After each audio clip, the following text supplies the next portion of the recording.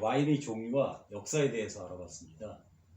종류는 6가지 종류로 구분된다고 했는데요. 화이트 와인, 레드 와인, 로제 와인, 스파클링 와인, 강화 와인, 디저트 와인 이렇게 6종류가 있다고 했습니다. 그 중에서 화이트 와인하고 레드 와인하고 로제 와인 3종류에 대해서 설명을 드렸는데요. 화이트 와인은 생선 요리에 잘 어울리고 레드 와인은 고기 요리에 잘 어울리고 그 다음에 로제 와인은 바베큐나 뭐 이런 거에 잘 어울린다고 했습니다. 특히 여기서 주의할 점이 이제 술을 차게 해서 이렇게 드시는 뭐 맥주 같은 건 물론 차게 해서 드시면 청량감이 있고 맛있는데요. 레드 와인은 차게 해서 마시면은 향기가 날아가고 쓴맛이 많이 난다고 해서 그냥 상온에서 마시는 게 제일 좋다고 이렇게 여겨집니다. 그럼 오늘은 와인 제조의 가장 중요한 요소 중에 하나인 재료 중에 하나인 포도 재배에 대해서 한번 알아보겠습니다. 아무리 양조 기술이 진보하고 좋은 와인들을 만들기 위해서는 좋은 포도가 있어야 하겠죠. 그 때문에 양질의 포도를 수확하기 위한 재배 기술 방법은 양조 기술 이상으로 중요합니다. 게다가 현대의 와인 양조에서는 이상적인 맛을 만들기 위해서 양조 전 또는 양조 후에 복수입 품종의 포도를 여러 가지 섞어서 조합해서 만드는 이런 것들이 많이 행해지고 있습니다. 포도 품종의 선정과 블렌드 비율은 맛의 특징을 결정하는 큰 요인이 됩니다.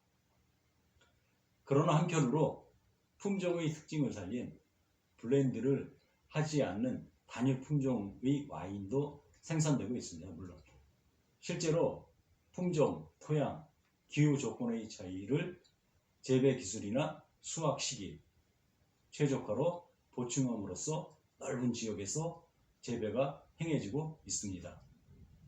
그 해의 포도 작품을 빈티지라고 부릅니다. 현재는 포도를 수확한 해를 빈티지라고 부르고 그 해의 작황에 따라서 와인의 맛이 바뀝니다. 이를 위해 각국의 와인 관련 조직과 와인 전문지 등에 따라서 빈티지 차트를 발표하기도 합니다. 다만 현재는 보당, 당분을 보충하는 거겠죠. 보산, 산을 보충하겠죠. 등으로 적절한 효모의 선택 등의 양조 기술의 진보에 의해서 힘이 있는 와인너리는 그의 작황이 좋지 않은 해에도 어느 정도의 그 맛을 낼 수가 있다고 합니다. 그래서 맛에 대해서는 큰 차이가 없다고 이렇게 보는 분들이 많습니다. 그 대신 나쁜 작황의 포도에는 긴 숙성을 견디기 어렵고 더 빨리 마시게 됩니다. 그래서 더 빨리 마시게 되겠죠.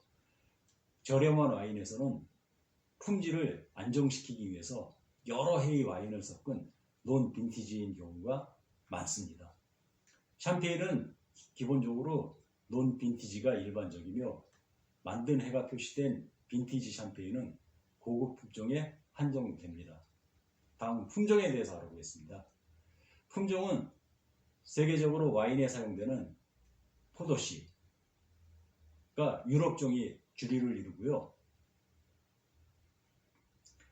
살타나 등 극히 일부의 생식용 품종을 사용하는 것도 있지만 대부분 와인 전용 품종이 많습니다. 일반적으로 와인 전용 품종은 생식용, 그러니까는 그냥 먹기 위해서 재배한 그런 포도가 되겠죠. 생식용 품종보다 과실이 알갱이가 작고 그 다음에 껍질이 두껍고 단맛과 신맛이 더 강하다고 합니다. 또 전통적인 품종뿐만이 아니라 품종 개발에 의한 내한성, 그러니까 추위를 견딜 수 있는 능력이죠. 그 다음에 내병성, 병을 견딜 수 있는 능력을 향상시키거나 타 산지의 차별화를 도모하기 위해서 여러 가지 수법에 의해서 포도가 재배되고 있습니다. 그리고 품종 개량이 되고 있습니다. 그 다음에 토양에 대해서 알아보겠습니다. 품종마다 적합한 토양에는 차이가 있습니다. 여러 가지 토양 종류가 있는데 점도 토질, 토양이 급수가 좋은 토지가 많이 선택되고 있습니다. 그러나 곡물 재배, 그러니까는 뭐 벼나 보리나 뭐 이런 거겠죠. 곡물 재배에 적합한 부식 토양의 퇴적 평야, 습기가 많은 토지는 아주 습기가 많거나 극히 건조한 사막 지역이나 염분이 많은 토양은 양질의 포도 수확에 바람직하지 못하다고 합니다. 다음 기후에 대해서 알아보겠습니다. 포도는 기후에 대한 적응 능력이 높기 때문에 온대를 중심으로 재배되고 있습니다. 양질의 와인을 양조할 수 있는 특성을 겸비한 과실을 수확할 수 있는 지역의 대부분은 위도가 20도에서 40도 그 사이가 가장 적합하다고 이렇게 생각되어집니다. 그리고 유럽에서는 북위 50도 지역에서도 재배가 이루어지고 있습니다. 습한 기후 구분에서는, 그러니까는 습기가 많은가 건조한가 이런 기후에 대해서는 지중해성 기후가 가장 적합하다고 이렇게 얘기하고 있습니다. 근데 건조한 지역에서도 포도 재배가 가능한데 단지 관계 음수, 그러니까 물을 끌어들일 수 있는 그런 시설이 있으면은 건조한 지역에서도 재배가 가능합니다. 특히 요새 또 문제가 되는 게 또 뭐냐면은 지구 온난화가 문제가 되는데요. 지구 온난화에 의해서 점점 이 최적지가 북쪽으로 올라가게 되죠. 올라가게 돼갖고 지금은 그렇게 큰 문제가 되지 않는 것 같습니다만 한 2050년대 정도가 되면은 지금 20도에서 40도가 최적지라고 생각했는데 예를 들어 30도에서 50도가 최적지가 되든지 아니면 40도에서 60도가 최적지가 되든지 이렇게 아마 변할 가능성도 있지 않을까 이렇게 생각이 됩니다. 냉량한 지역에서는 수확기를 늦춥니다. 왜냐면은 그 포도 성숙이 늦어지겠죠.